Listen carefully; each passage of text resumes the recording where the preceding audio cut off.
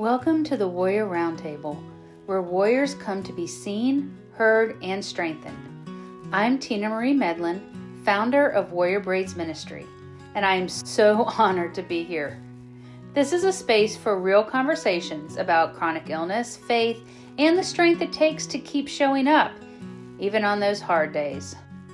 This is also a very special 3-part series with Leigh Sanders, a chronic illness warrior, a sister in Christ, and a very dear friend of mine. So lean in, because this conversation is going to remind you that you are not alone. Hey, Leigh, welcome to the Warrior Roundtable. I am so excited to have you here today. I know that this is your very first podcast experience, so I hope I make it as gentle as possible.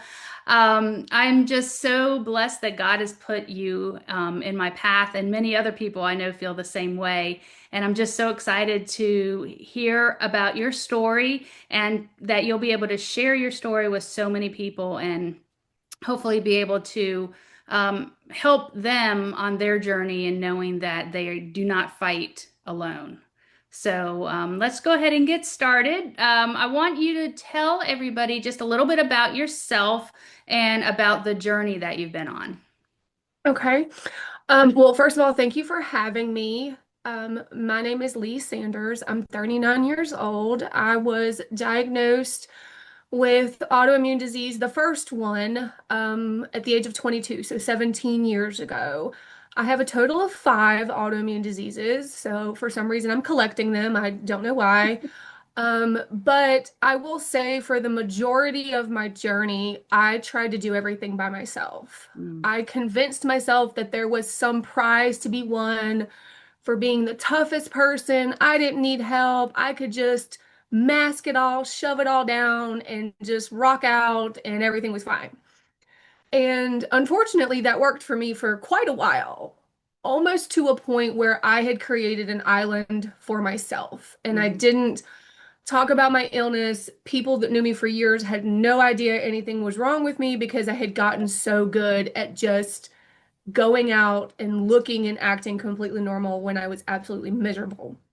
It wasn't until late 2024 when I found God. And grew up in church. When I graduated from high school, I tell folks I graduated from church. I just stopped going. And I never stopped believing, but I stopped actively talking to God. I stopped reading the Bible. I stopped all the things. And so in late 2024, I attended a women's conference, Fueled by Faith. I went to their 2024 conference. Yay!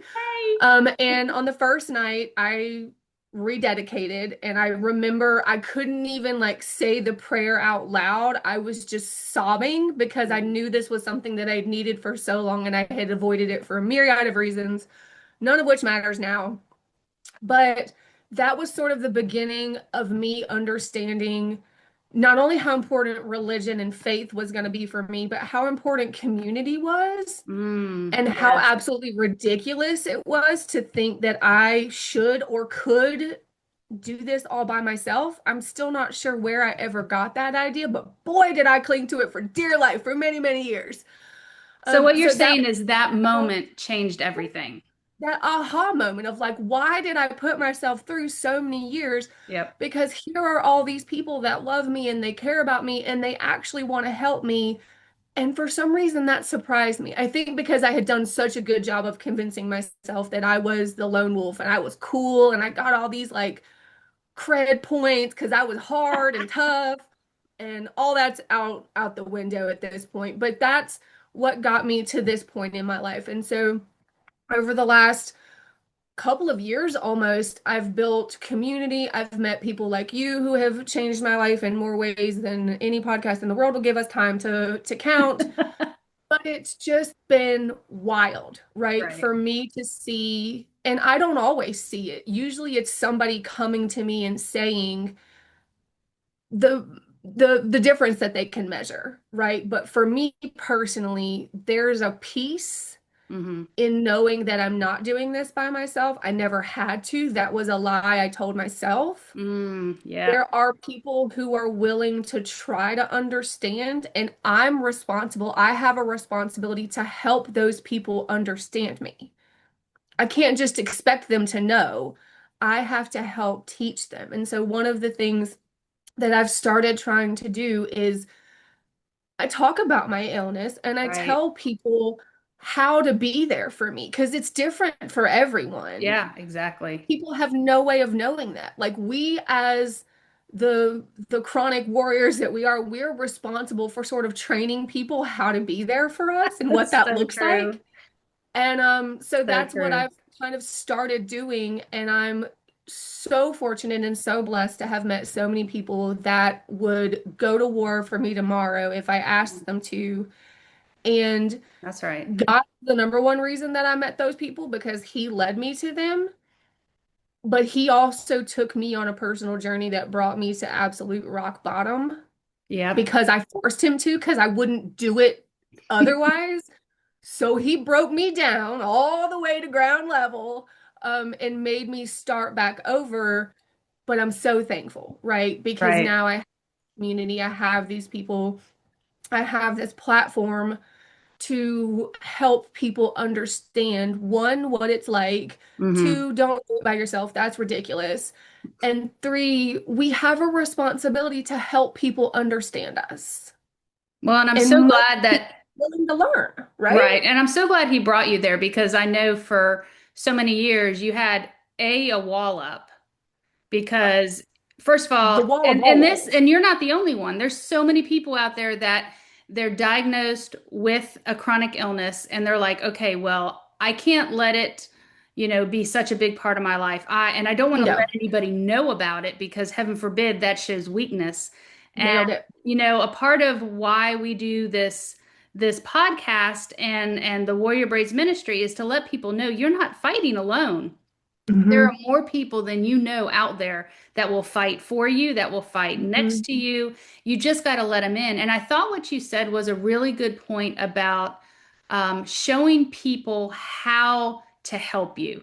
Because Hmm. as you said, everybody's different.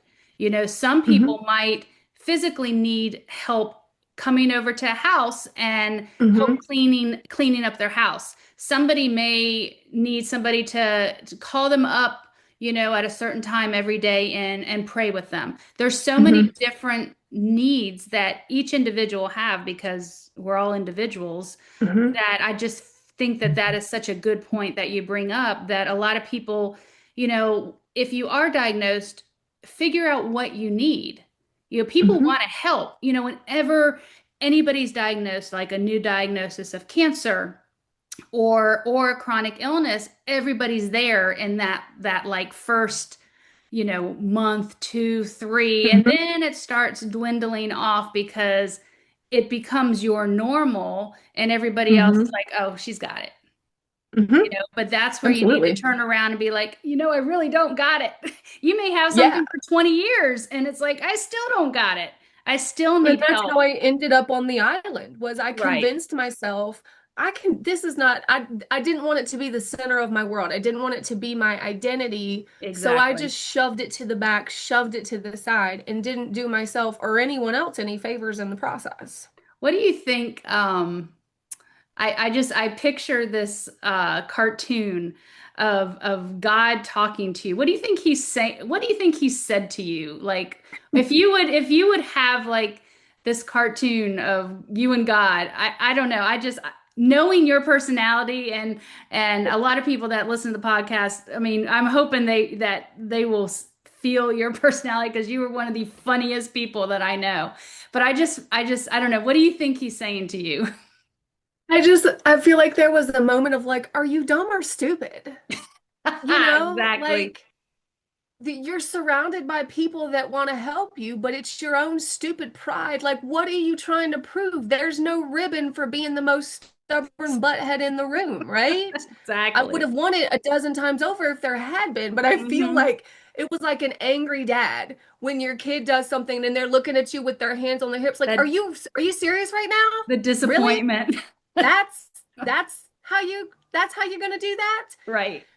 And I didn't want to be a burden to people. I didn't want to, Ooh, I felt like buzzword, nobody burden. wants to hang Yes. out with the person that complains about their illness all the time. So I just didn't talk about it at all, Right. which was the most unhealthy thing in the world to do because eventually that dam breaks, right? Yeah. There's of pent up emotions and conversations that needed to happen and things that needed to get processed that never got processed behind this wall. And then the wall crumbles. And Mm, all of that comes rushing forward at one time.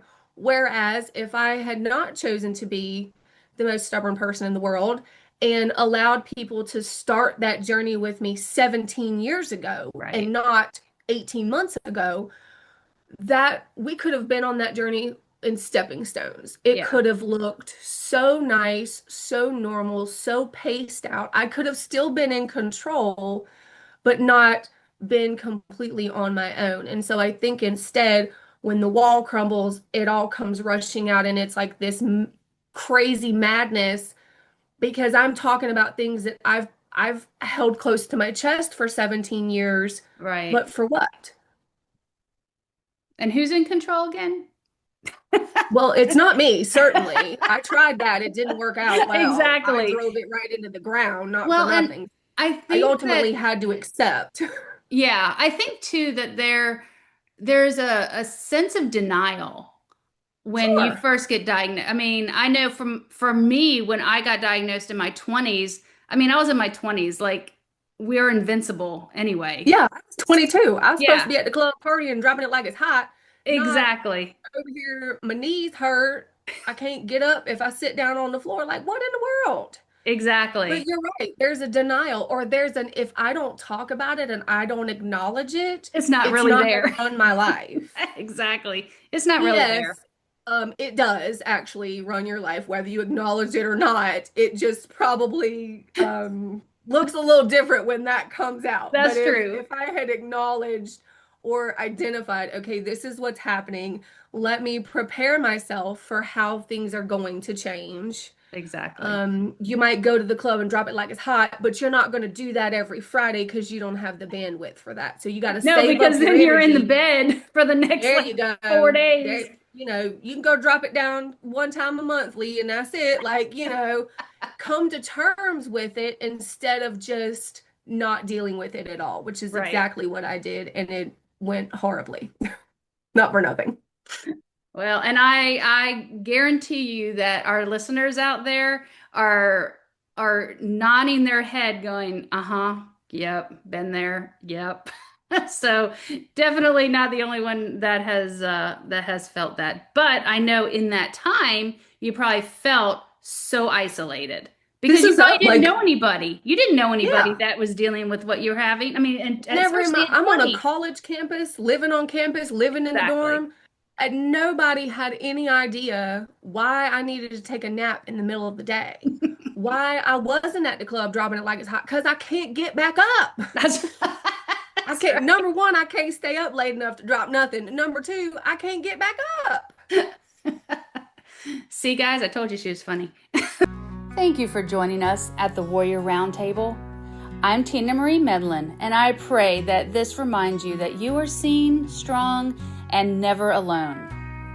Be sure to like, subscribe, and turn on notifications so you won't miss any episodes, including the next part with Leigh Sanders. And visit our website at www.warriorbraidsministry.org to learn more. Until next time, keep fighting, warriors.